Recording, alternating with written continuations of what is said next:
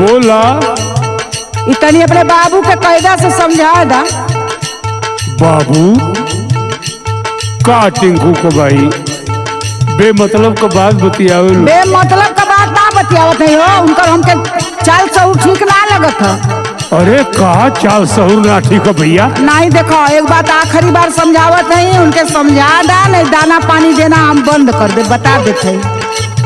हम समझते ले कि बतिया का हो। हाँ तो लसुना ना, तो हरे बाप का उखाड़ ले बदाढ़ी पिया, देखे मोर पिछाड़ी पिया ना।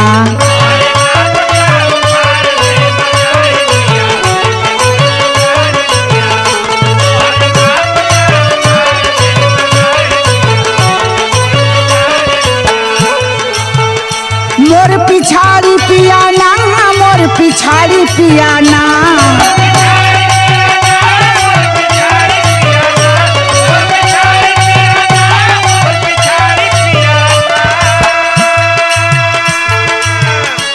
हरे बाप का उखाड़ ले बदाढ़ी पिया, देखे मोर पिछाड़ी पिया ना।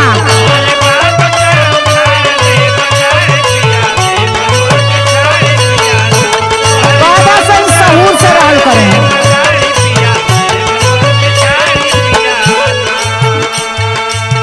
सुना है टिंकू को मम्मी, बाबू को तो सहूर छोड़ा, पहले तू अपन सहूर संभारा। का हमार सहूर खराब हो? नहीं बकवास करत हो। सुना बोला, ढंग से बोले का सीखला, सहूर न तो मुँह देवा थूर गोरी। अरे जा जा अपन काम करा, तू का थूरबा करे, जा चाहिए थूरे बदे।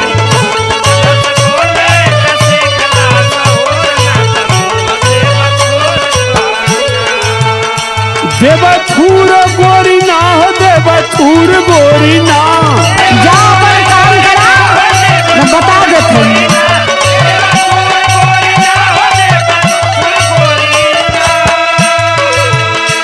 तनी बोले का सीखला, सहूर न तो मुँह देवा थूर गोरी ना। अच्छा, तोहरे बाबू का राज चलत है ना।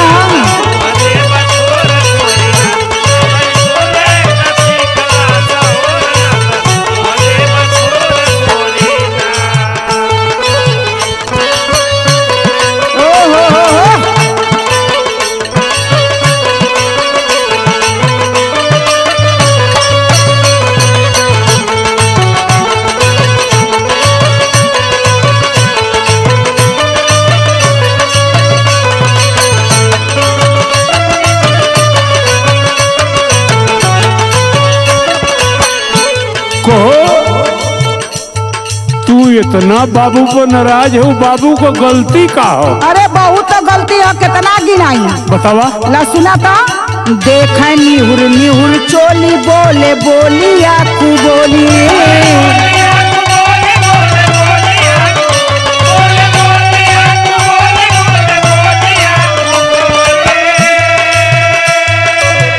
दिन भर में 15,000 उनके प्यास लगला। अरे जब पानी देवे जाई तो वही बहाने हटाओ छुअला। उनके बहुत कम लौकला था, भरम में है। अच्छा, चोली चप्पा लेके बेचारे का करी। रोटी लौकत बा, भात लौकत बा, हमार हाथ ना लौकत, उनके आँखी में माड़ा पड़ गया। खाली शंका में हो। चुप रहा, दिमाग मत खराब करा। बतावा। सुना, देखे निहुर निहुर चोली, बोले बोलिया कु बोली। और सुना, मौका पवले पखी चदेल साड़ी पिया, देखे मोर पिछाड़ी पिया ना।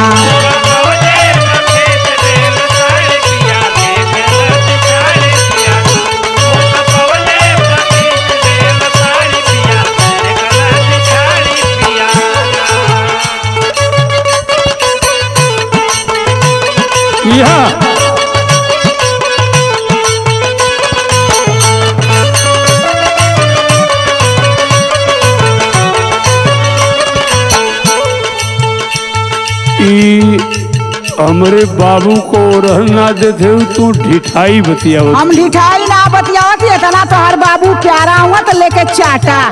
अरे पागल लौकत ना कैसहू सड़िया दबाए गई हुई। तू बेवरे बाज तोहर बबुआ बेवरे बाजे हुआ। अब तू कपारे तो चढ़त हो टेंकू को माई। सुना बोला हमसे कराजी ने ढिठाई ना तो करब खूब पिटाई। अरे तैयारा पहुंचा दे लाल कोठरी में हो।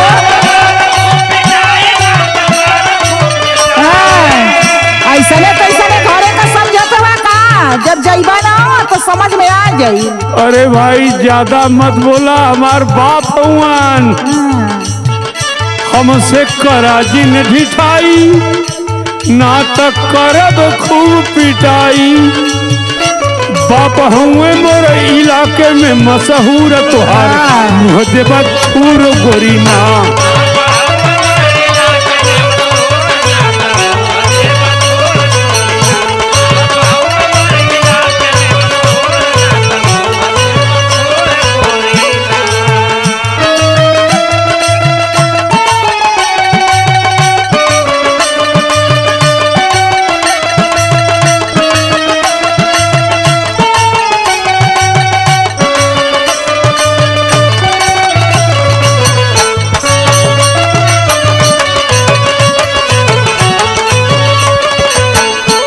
सुना बड़ा घमंडे हुआ का तोहर बाप बड़ा मशहूर हुआ तो घरों में ई कुल कांड करके ढेर मशहूर बने चाहत हुआ।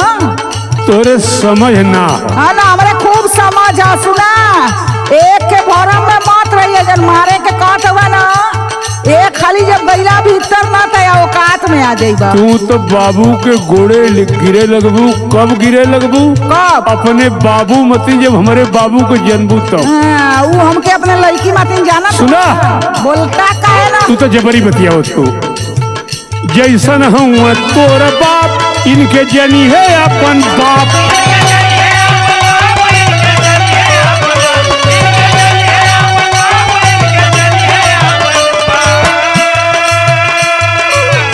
अरे तो नहू के समझाइबा कि तू खाली हमारे पर गर्मी देखइबा। तू का कहल चाहत हो ई हाँ बतावा। तो सुना काहे मानी उनके बाप हाथ कोयल चाहे साफ। बाप रे बाप कहल बुढ़ा के तुमको लाज है अब कहत है तो चोकरत है। अरे हमरे बाप से रास्ता ना डोला तो आँखी में मोतिया बिन देखात ना हो। अरे बाप रे बाप तोहरा मोतिया बिन भलो तोहरे मतिर मेहरारू भगवान के ओके मत दिया। हाँ तो तोहरे बाप जैसन ससुर भी ना रहे। जैसन हूँ तोर बाप इनके जनी है अपन बाप। काहे मानी उनके बाप हाथ कोई चाहे साफ। दुर्जन प्यारे लाल रही है तो से दूर ना तो मुँह देबा छूर गोरी। अरे जाओ जा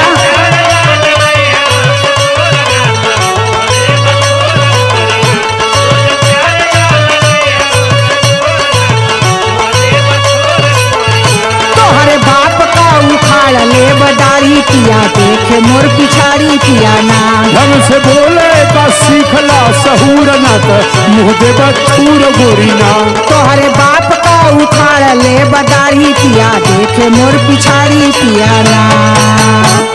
हाँ तो देखा अब हम खाना पानी एक शर्त पर देव की जो कि तू समझाए देबा। तू नाराज हो गई बाबू को मजबूरी समझा।